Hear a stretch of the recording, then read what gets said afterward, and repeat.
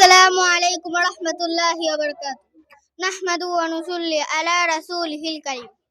আম্মা বাদ। প্রিয় শিক্ষার্থী ও ভাই ও বোনেরা, আজকের আলোচনার বিষয় হলো কুরবানি, গুরুত্ব, উদ্দেশ্য ও শিক্ষা। আজ আমরা খুব সুন্দর ও আনন্দের সাথে একটি ইবাদত সম্পর্কে জানব।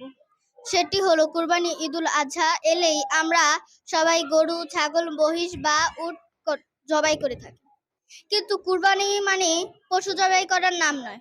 কুরবানি হলো আল্লাহকে খুশি করার মহান শিক্ষা। আল্লাহ তাআলা কুরআনের একটি আয়াতে বলেন, তোমরা নামাজ পড়ো, এর সাথে সাথে কুরবানি করো। এই আয়াত থেকে শিখি আমরা নামাজের মতো আল্লাহ তাআলা কুরবানিও সৃষ্টি করেছেন। তোমরা কি জানো কুরবানি কখন শুরু হয়েছিল? বহু বছর আগের কথা।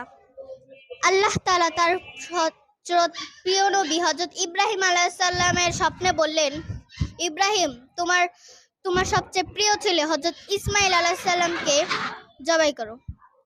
এটি ছিল খুব কঠিন পরীক্ষা, কিন্তু তাতেও হযরত ইব্রাহিম আলাইহিস সালাম এটিতে প্রস্তুত হলেন।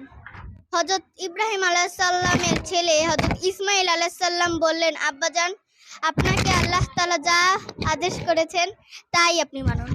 এই ঘটনা দেখে আল্লাহ তাআলা খুশি হলেন। তারপর একটি দুম্বা জবাই করার ব্যবস্থা করলেন। তখন থেকেই কুরবানি করার নিয়ম চালু হলো। আল্লাহ তাআলা আমাদেরকে কি বোঝাতে চান? আল্লাহর কাছে আমাদের কোনো গরুর গোশত বা রক্ত পৌঁছায় না, পৌঁছায় তোমাদের ভালো মন। আল্লাহ তাআলা দেখেন আমরা কতটা ভালো হতে পারছি। কুরবানি আমাদেরকে কি বোঝাতে চান? কুরবানি আমাদেরকে বোঝাতে চান মা বাবাকে সম্মান করা, শিক্ষক শিক্ষিকাদের সম্মান করা, ভাই ও বোনেদের সাথে ভালো ব্যবহার করা, হিংসা ও ঝগড়াঝাটি ত্যাগ করা। ঈদের দিন আমরা সবাই গোশ এবং নতুন জামা পরবো। কিন্তু তোমরা কি চাও ঈদের দিন তোমরাও সুযোগ নিতে চাও? তোমরাও ছোট হলেও তোমরাও কুরবানিতে অংশ নিতে পারো। কিভাবে জানো? ঈদের দিন গরিবদের সাথে ভালো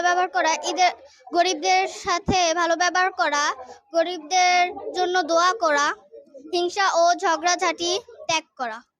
আল্লাহ তাআলা আমাদের সবাইকে কুরবানি করার তৌফিক দান করুন। আমিন।